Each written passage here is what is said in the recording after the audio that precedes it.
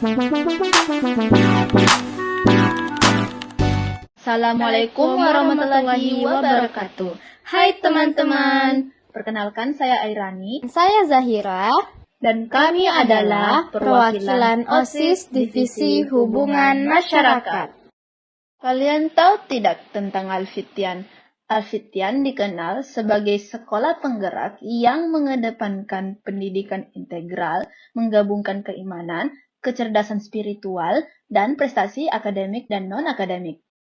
Di sini, kami tidak hanya belajar matematika, sains, atau bahasa, tapi kami juga diajarkan tentang akhlak mulia, kecintaan pada Al-Quran, dan keterampilan teknologi melalui pembelajaran berbasis e-learning dengan aplikasi LMS Afdal, Alfitian Digital Learning. Dan alhamdulillah pada kesempatan kali ini kami sedang bersama Wakil Kepala Sekolah Bagian Kesiswaan Ustadz Amirullah SPD GRMPD untuk mendapatkan informasi terkait kedisiplinan siswa di Alfitian School Goa. Langsung saja kita sapa beliau. Assalamualaikum Ustaz. Waalaikumsalam warahmatullahi wabarakatuh. Bagaimana kabar Ta? Alhamdulillah bikhair. Kita mana kabarnya anak soleha? Baik juga, Alhamdulillah. Alhamdulillah. Oke, tanpa berlama-lama, marilah kita melangkah ke pertanyaan yang pertama. Ustadz, izin bertanya. Sejauh mana kedisiplinan siswa berpengaruh terhadap prestasi dan perilaku siswa di kelas?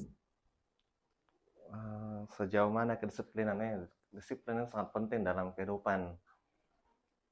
Dengan disiplin maka insya Allah seluruh agenda kita itu bisa terselesaikan. Terutama kalau kita sebagai seorang pelajar pasti kan memiliki cita-cita.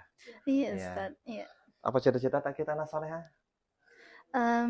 Dokter. Dokter, masya Allah. Kita mungkin dokter Ustadz juga. mungkin. Iya. Nggak ada kata mungkinnya. Sama-sama dokter ya, masya Allah. Masya Allah. Iya. Ya, itu kan orang menjadi dokter harus disiplin. Dari disiplin ini, mulai dari disiplin bangun tidur. Dari bangun tidur kita dianjurkan untuk salat subuh tepat waktu. Kalau kita bangun salat subuh tepat waktu, maka insya Allah itu mulai dari disiplin di pagi hari. Ya, disiplin membersihkan tempat tidur kita, hal-hal yang kecil yang kita lakukan, maka insya Allah bisa dikerjakan dengan baik, maka hal yang besar pun akan ikut demikian. Terkait dengan disiplin berkaitan dengan prestasi siswa itu sangat penting ya. Seseorang yang akan berprestasi baik di bidang akademik maupun yang lainnya itu harus disiplin. Pada saat diberikan tugas oleh gurunya, ustazahnya, apakah dia disiplin untuk langsung mengerjakan atau menunda pekerjaannya. Pada saat dia menunda pekerjaan itu bentuk dari kedisiplinannya berkurang. Ya, kalau kita bagaimana? Kalau kasih tugas sama guru-guru tak langsung dikerjakan atau ada kata-kata tunda dulu? Mungkin kalau misalnya sudah baik nih mood Ustaz baru dikerjakan tugas. Kalau was moodnya, kalau enggak was moodnya enggak dikerjakan. Enggak nyaman dirasa kalau misalnya dikerja baru lagi enggak bagus mood. Gitu. Kalau saya begitu. Kalau saya langsung mungkin ku kerjakan karena moodku juga baik jadi langsung. Kalau kita mood terus jadi, ya. Kalau Sebenarnya baik tidaknya mood seseorang pada saat diberikan tugas, maka dia harus mengupayakan memperbaiki perasaannya, memperbaiki moodnya, dan mengerjakan tugas yang diberikan. Itu salah satu orang yang disiplin untuk menggapai cita-cita, untuk mencapai kesuksesan, apalagi dalam bidang untuk meraih prestasi, itu harus disiplin. Dan seseorang itu yang harus dipaksa kadang, ya. Iya, betul. Harus dipaksa. Sama dengan sholat subuh. Kalau kita tidak paksa diri tak bangun, ya pasti berpanas-panasan kita. Nah, bangun orang tua tak, mama tak di rumah, bapak, ayo nak mama sholat subuh. Kalau tunggu mood tak bagus, ya mungkin jangan sampai kamu mau bangun. Bukan juga kayak tugas begitu, misalnya tugas sekolah begitu. Nah, jadi semua pada saat diberikan tugas oleh ustazah ya kita harus disiplin ya. Ya disiplin ya mengerjakan tugas, disiplin dalam memanfaatkan waktu dan baik, itu pentingnya ya. Jadi menggunakan HP kan semua orang punya HP nak ya. Sering main game. Tidak saya. Jadi tapi pernah. Pernah. Pernah. Iya. Main gamenya berapa lama? Dalam sehari berapa lama main game? Dalam sehari saya kalau main HP itu kebanyakan main game. Biasanya itu kalau misalnya main game ya 1 jaman biasa. 1 jam 1 hari tuh. Iya. Masya Allah. Kalau kita Kalau saya mungkin 1 jaman ya juga Ustadz, karena jarang main game, kayak bosan Oh. Kak menurut kalau main game. Ada mungkin ketertarikanku sama passion lain. Iya. gitu. Ya pastinya itu ya, bentuk orang disiplin itu salah satunya disiplin dalam menggunakan waktu. Iya, betul. Apalagi untuk menjadi orang berprestasi ya, Iya. itu harus menggunakan waktu dengan baik. Karena waktu ini kalau sudah berlalu ya bukan lagi milik kita ya. Jadi kita memanfaatkan waktu dengan baik. Salah satunya itu jika ada gadget di rumah kan HP, boleh main HP tapi ada waktunya, dibatasi. Jangan kelewatan main game dan seterusnya sehingga lupa waktu. Nah itu salah satu disiplin ya, sangat berpengaruh untuk meraih prestasi seperti itu. Ya mungkin itu saja. Iya. Oke, pertanyaan selanjutnya Ustadz, apa saja bentuk pelanggaran yang paling sering terjadi di sekolah? Ya, untuk pelanggaran alhamdulillah sering kita nasihati ya. Guru Alfityan itu senantiasa menasihati terkait dengan berakhlak yang baik, bersikap, bertutur kata, baik di media sosial maupun di dunia nyata ya. Adapun jika terjadi pelanggaran yang namanya manusia, pasti ada salahnya. Hanya saja Iya, kesalahan betul, itu perlu untuk diperbaiki ya. Iya. Jadi kesalahan yang biasa terjadi pertama di sekolah kita kan kita datang jam 7 Iya. ya. Nah, biasa juga ada teman-teman itu datang biasa dikasih waktu sampai 7:05 itu ditolerir ya. Iya. Masih dimaafkan. Apalagi kalau alasannya macet dan sebagainya masih ini. Tapi batasnya sampai 7:05. Kalau 7:06 biasa Iya, mencatat ada. ya. Iya, dicatat. Biasa pernah bertugas. Piket gerbang. Piket gerbang kita aja pernah. Pernah ya. Jadi kalau misalnya ada teman-teman yang melanggar dalam hal artian terlambat datang ke sekolah, ini bagian dari pertanyaan tadi, disiplin menggunakan waktu ya, datang ke sekolah tepat waktu. Jika tidak tepat waktu maka dia akan dicatat ya. Ini salah satu pelanggaran yang sering terjadi, itu keterlambatan. Alasannya berbeda-beda, ada yang alasannya ada saudaranya di unit lain, karena kita yang di Alfityan ini kan ada unit TK, SD, SMP, SMA ya. Ya semuanya itu biasa ada yang bersaudara ya. Iya, baru kadang juga beda sekolahnya. Iya, ada juga. saya. Ya. Ada juga yang sekolahnya di saudaranya lain ya, jadi gitu. Yang bersaudara alasannya itu biasa adiknya yang terlambat atau kakaknya yang terlambat sehingga terlambat juga sampai ke sekolah. Hanya mungkin 1-2 kali boleh maafkan. Tapi kalau sering maka itu bukan lagi suatu alasan yang dapat diterima. Itu pembenaran yang untuk menutupi kesalahannya. Ustadz, kalau misalnya ada yang banyak sekali saudaranya, Ustadz, karena ada teman itu yang 5 bersaudara ki. Iya, biasa. 5 bersaudara di Alfityan semua. Iya. Oh, Masya Allah. Enggak, kalau misalnya beda-beda sekolah. Sekolah juga ya. Ya intinya nak soleha, walaupun banyak bersaudara 5 orang, semua sekolah ada di Alfityan, ada di sekolah lain. Kalau misalnya orang sudah tahu bahwa aturan kita jam 7 sudah ada di sekolah, maka itu kita akan maksimal ya untuk datang jam 7 supaya tidak terlambat, karena itu bagian dari disiplin tadi. Kalau kita bagaimana? Sudah tahu toh? Sudah jam 7 sudah ada. Iya. Datang jam 7 atau pas jam 7 atau lewat jam 7? Sebelumnya Sebelumnya kita sama. Iya, sebelum juga. Nah, sebelum jam 7. Jadi itu salah satu bentuk pelanggaran yang biasa terjadi di Alfityan, keterlambatan. Hanya saja ya kalau misalnya terlambat kita catat di buku piket, dan intinya jika berulang berkali-kali dalam 1 bulan 5 kali, maka biasa kami surat orang tuanya, panggil atau biasa wali kelas dulu.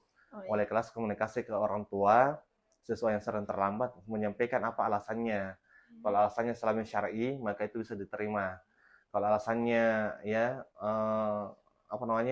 berulang macet lah, kan alasannya begitu, macet. Iya, betul. Kalau macet itu biasa, kalau sering berulang maka tidak diterima, karena itu tidak mengambil pelajaran dari hal yang sudah didapati sebelumnya. Sebelumnya terlambat karena macet, ya besoknya buat pelajaran, buat planning. Kalau saya jarak rumahku dari sekolah 10 kilo misalnya, menempuh jarak setengah jam, kalau setengah jam ini ternyata tidak sampai sekolah sampai jam 7, maka ya berangkat lebih awal lagi. Ya seperti itu. Nah, mungkin itu saja. Iya, itu seringnya ya. Yang lainnya itu misalnya ada yang pelanggaran suka ya. sesama lawan jenis ya wajar sih suka Wajar. sama lawan jenis. Nah ya, hanya saja yang perlu diluruskan ya ada waktu-waktu tertentu kapan dan ini contoh ya menggunakan media sosial dengan tidak tepat ya, chattingan sama lawan jenis ya, video call itu ada, hanya saja enggak sering.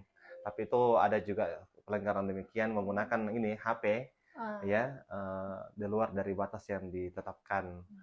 Ada yang bawa HP ya, itu semua kalau kedapatannya HP-nya akan disita, dihubungi orang tuanya untuk dikomunikasikan apa alasannya bawa HP dan seterusnya. Ya, seperti itu, Nak. Oke, pertanyaan ketiga, apakah Ustadz pernah mengalami dilema dalam menegakkan aturan? Bisa diceritakan, Ustadz? Ya, dilema, Nak ya. Dilema dalam menegakkan aturan itu sunatnya harus ditegakkan, Nak ya. Karena aturan itu kita hidup di dunia ini ada aturannya masing-masing. Ya, betul Ustaz. Iya, kalau tanpa aturan maka kita akan menjadi manusia yang tidak berakhlak. Ya, sama dengan kita aturannya pakai jilbab, toh maka semakin cantik kalau sesuai aturan. Ya, aturan Al-Fityan kan jilbabnya ya seperti itu. Anda saja kalau tidak ada aturannya di sekolah menggunakan jilbab ya mungkin ada siswa kita teman-teman tak tidak pakai jilbab datang ke sekolah. Toh, karena dengan aturan itulah maka kita menjadi manusia yang lebih baik lagi. Ya, hanya saja dalam pelaksanaannya yang ada yang kadang dilema. Contoh misalnya tadi ya, dalam peraturan dilarang bawa HP, ya, dilarang bawa HP ke sekolah. Tapi ada saya teman itu yang bawa HP, yang main kucing-kucingan, dia bawa HP tanpa izin. Kalau misalnya izin Ji, itu dengan alasan syar'i, misalnya ada lomba yang dimana menggunakan HP-nya, maka itu dibolehkan dan tidak disita. Tapi kalau misalnya ada yang bawa HP tanpa izin sama wali kelasnya, ini kadang kita dilema. Kita surat orang tuanya, jadi gitu ya. Kita surat orang tuanya datang ke sekolah, sampai datang ke sekolah bilang orang tuanya, Ustadz, itu HP-nya kakaknya dia bawa. Ya, contoh gitu ya. HP-nya itu HP bersama Ustadz di rumah, bukan HP-nya. Ya, begitu. Itu dilema. Kita mau sita, bukan HP-nya, tidak disita, aturan sekolah. Seperti itu. Hanya kami senantiasa memberikan pemahaman kepada anak dan orang tua. Kita berikan pemahaman bahwa kalau misalnya kita melanggar, maka kita siap menerima konsekuensinya. Ya, karena apalagi kita di Al-Fityan itu sudah jauh hari sebelumnya sudah sampaikan tata tertib sekolah. Betul. Siswa sudah tahu aturan sekolah anak. Ya, tahu juga anak tahu? Aturan sekolah boleh bawa HP tidak? Tidak, tidak ya. Jadi itu salah satu aturan ya yang biasa buat dilema. HP-nya mau enggak mau ya disita. Walaupun itu HP-nya kakaknya, HP-nya biasa orang tuanya, ya tetap disita. Hanya saja ya kita panggil orang tuanya dan berikan pemahaman yang baik sehingga orang tuanya itu ya terima ya kalau gitu ya untuk ini memberikan pelajaran juga buat siswa ya, buat teman-teman yang bawa HP tanpa izin. Itu bisa membuat pelajaran bahwa kalau kita bertindak sesuatu yang di luar aturan maka ada konsekuensinya. Jadi itu kita diajarkan di sekolah kita semua diajarkan seperti itu. Diajarkan bertanggung jawab apa yang kita lakukan ya pasti ada konsekuensi kita lakukan. Ya, nah, seperti itu. Oh iya. Oke, pertanyaan selanjutnya. Apakah ada contoh kasus siswa yang mengalami perubahan positif karena pendekatan disiplin yang tepat? Oh iya. Terkait dengan penanganan siswa jika dilakukan dengan tepat pelanggarannya, maka insya Allah akan menghasilkan hal yang baik. Dalam hal ini, misalnya siswa melakukan pelanggaran pacaran ya, suka sama lawan jenis, ya, tapi dia salurkan di hal yang negatif ya. Ini tidak boleh. Dalam agama pun kita melarang ya. Dalam agama kita disebutkan la taqrabu zina. Jangan mendekati zina. Mendekati saja dilarang apalagi kalau dilakukan. Ya seperti itu. Jadi pada saat ada teman yang melanggar, maka kita panggil ya. Di sini alhamdulillah di sekolah kita senantiasa melakukan pendekatan persuasif, ajak bicara dengan baik. Kenapa bisa demikian? Hal apa yang dilakukan? Nah, seperti itu ada guru BK, bimbingan konseling, ada wali kelas yang senantiasa menasihati, ya seperti itu. ada saya sebagai kesiswaan yang senantiasa juga menasihati di sekolah kita ya. Pagi hari kan ada al-masyurah Iya, ya. iya, iya. Al-masyurah itu soalnya bagian dari zikir pagi. Zikir itu sangat penting dalam kehidupan. Dia sebagai benteng kita dari adanya musuh. Ada musuh tak tidak? Tidak, Ustaz. Tidak, di kita Nggak ada ya, pada saat kita semua ada musuhnya, nak. Iya. Musuh kita adalah setan. Ya, setan itu musuh kita yang nyata. Dalam Iya, Al-Quran iya. disebutkan demikian. Nah, setan ini, nak, adalah musuh kita yang kita tidak lihat. Toh? Tapi dia senantiasa menggoda kita dalam hal untuk berbuat kejelekan. Nah, sehingga salah satu benteng kita untuk supaya setan itu tidak menggoda kita senantiasa, itu senantiasa kita melakukan zikir pagi dan petang. Itu al-masyurah. Makanya itu sekolah kita ada al-masyurahnya di sini. Nah, Ya, rajin ya al-masyurah. iya, Ustaz. Ya, alhamdulillah kita sama. Iya, rajin. Rajinnya ya. Pada saat kita senantiasa membaca al-masyurah zikir pagi ya, maka insya Allah kita senantiasa dalam lindungan Allah Subhanahu wa taala, dibentengi kita dari godaan setan. Karena orang-orang yang melanggar itu, nak, ya pastinya dia ada bisikan dari setan. Ya, setan yang mengajaknya, yang melanggar begini. Itu karena kurangnya benteng pada dirinya, kurangnya iman misalnya. Ya, karena iman itu naik turun ya. Iya. Dilakukan keimanan naik pada saat kita melakukan ketaatan dan menurun jika kita melakukan kemaksiatan. Dan salah satu kita melakukan ketaatan itu zikir pagi. Zikir pagi sangat penting untuk membentengi kita dari godaan-godaan setan sehingga kita senantiasa ingat pada Allah. Itu salah satunya. Setelah zikir pagi kita laksanakan sholat Duha. sholat duha. Itu juga penting. Sholat itu sangat penting ya. Dalam Al-Quran disebutkan baik maka kita akan dijauhkan dari perbuatan keji dan mungkar ya. Iya. Ya seperti itu. Jika sholatnya seorang baik maka insya Allah yang lain akan ikut baik juga. Itu ada sholat duha. Setelah sholat duha biasa adakah? Ada kultum ya? Iya, kultum. Ya, ada kultum, ada sampaian penyampaian nasihat dari ustazah di sebelah juga, nak kan? Iya, Ya, di sebelah penyampaian terkait dengan nasihat-nasihat terkait dengan aturan-aturan yang dilakukan sehingga itu bisa mengubah diri seseorang ya. Setelah penyampaian kultum di kelas lagi sebelum belajar apa dilakukan? Membaca Al-Quran dulu kan? Iya, membaca Ya. Al-Quran sebelum belajar. Nah, Iya. kita membaca Al-Quran dulu sebelum belajar. Berapa halaman? Satu. Satu halaman per mapel kan? Iya. Jadi satu mapel, satu halaman membaca Al-Quran. Satu hari berapa mapel? Ada 4, ada Iya, 5. ada Ya, 4, ada 4 mapel, nah ya. Iya. Jika satu hari itu kita membaca satu mapel satu lembar, maka 4 mapel berapa lembar dibaca? Berarti 2 lembar. Iya, 2 lembar. lembar, nak toh? Iya. 4 halaman ya. Ya. Jika insya Allah kita senantiasa sejak mengaji, maka itu bagian dari keimanan kita meningkat, ya, sehingga hal-hal yang negatif itu bisa diminimalisir, ya. Nah, seperti itu. Sebelum mulai belajar juga pasti ustazahnya memberikan nasihat, nata, ya, Iya. nggak langsung itu, ayo catat ini materinya, enggak kan? Nah, pasti ustazahnya memberikan nasihat, tanya kabarnya, ya, seperti itu. Iya. Jadi itu semua bagian dari supaya anak-anak yang senantiasa melakukan pelanggaran, yang pernah melakukan pelanggaran bisa menjadi lebih baik. Dan banyak contoh-contohnya. Ya, pada saat dia sudah diberikan pemahaman terkait dengan larangan pacaran, bahaya pacaran dan seterusnya, maka dia meninggalkan itu dan dia bertobat. Ya, seperti itu. Oke, Ustaz. Pertanyaan yang terakhir, kan di sekolah kita dilarang membawa barang elektronik, salah satunya HP, Iya. handphone. Jadi bagaimana kalau ada siswa yang ketahuan membawa HP tanpa meminta izin? Oh ya, kalau membawa HP, nak, ya ini bagian dari aturan kita. Aturan kita itu melarang bawa HP, beda dengan sekolah di luar ya. Sekolah luar itu ya ada yang membolehkan, bahkan ya tidak ada aturannya. Kalau kita di sekolah Sitian itu ada aturan dilarang bawa HP tanpa izin. Ya, boleh bawa HP kalau izin dengan syarat ya digunakan sesuai ya syar'i ya. Yes. Alasan yang syar'i boleh. Hanya saja jika kedapatan bawa HP, ya itu tadi, maka akan dipanggil anaknya dulu, apa alasannya bawa HP, dan kalau tidak ada juga konfirmasi ke wali kelasnya. Saya bisa sampaikan ke wali kelasnya ada izinnya nih anak. Kalau misalnya tidak ada izinnya, maka kita surat ke orang tuanya. Kita surat ke orang tuanya untuk datang ke sekolah. Datang orang tuanya ke sekolah, ya alhamdulillah bisa orang tua siswa itu menerima terkait dengan aturan sekolah. Bahkan ada orang tua siswa bilang, enggak apa-apa Ustaz, disita saja HP-nya. Ada rumah saya suka main game, boleh.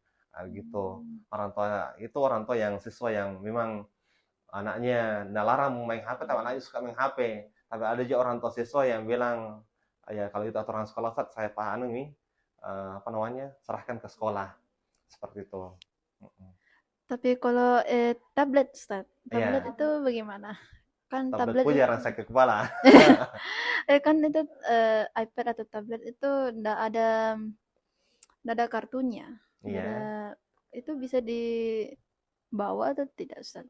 Terkait dengan tablet dan soalnya memang dulu pernah ya pada saat pembelajaran kan biasanya kita kan pembelajaran kita LMS ya. Iya. Nah, kalau misalnya dia memang dianjurkan bawa laptop. Kalau laptopnya bermasalah maka bisa minta izin sama wali kelas. Ustazah bisa bawa tablet yang buat ke sekolah untuk pakai belajar. Kalau misalnya dia izin jadi yang demikian dan tidak ada kartunya, maka dia bisa diizinkan. Hanya saja ada batas-batasannya. Sampai kapan laptopnya sudah bagus, maka tabletnya sudah tidak dipakai lagi. Kalau misalnya didapat ada kartunya bagaimana? Disita langsung, Ustaz? Kalau ada kartunya dan sebenarnya minta izin ya. Kalau izin ya diupayakan itu kedepannya kartunya di ini selama dia digunakan sebagaimana mestinya itu boleh. Kalau misalnya tidak izin dan bawa itu yang masuk pelanggaran. Tapi misalnya kan di sini bawa laptop, tapi misalnya dapat wifi tuh pasti dapat akses ke sosial media. Itu biasanya. Itu Nah, iya, Misalnya laptopnya disalahgunakan, Ustaz. iya disalahgunakan. kalau misalnya dia kan kita sini pembelajaran e-learning pakai laptop. Pada saat ada siswa teman-teman tak yang saya gunakan kita laptopnya kan sini ada wifi nak ya. Walaupun wifi itu terbatas ya, tidak senantiasa diberikan kepada siswa. Kita sini pakai jaringan lokal di mana itu materi-materi bisa diakses di LMS itu walaupun tanpa tersambung di internet kan bisa kan? Ya bisa. Hanya saja jika misalnya ada tugas yang diberikan, misalnya ada ekskul yang tertentu yang kayak codingnya, Iya, coding, coding, digital draw, ya ya digital drawing, iya. drone begitu, itu kadang menggunakan wifi untuk mencari referensi yang lain atau membuat game-game harus online ya. Nah, itu kita berikan akses internet ke sana, berikan wifi username dan passwordnya. Hanya saja jika nantinya ada teman tak yang menyalahgunakan tersebut, maka di aturan sekolah itu ya itu laptopnya akan disita. Disita selama 1 pekan dan diberikan penyampaian ke orang tuanya untuk ini misalnya menasihati. Dan Ananda juga yang melakukan pelanggaran disampaikan bahwa tidak boleh menggunakan akses internet yang tidak sewajarnya. Ya seperti itu. Syukran Ustadz atas jawaban-jawaban yang Ustadz sudah berikan. Sebenarnya masih banyak sekali pertanyaan yang mau kita tanyakan, tapi karena keterbatasan waktu juga, jadi mungkin sampai sini saja Ustadz sesi Terima pertanyaan. semuanya juga anak soleh ya, sudah meluangkan waktunya untuk sesi tanya jawab, sharing-sharing begini. Syukran jazakumullah khair wa barakallahu fikum. Assalamualaikum warahmatullahi wabarakatuh. Waalaikumsalam warahmatullahi wabarakatuh. Assalamualaikum warahmatullahi wabarakatuh. Dadah.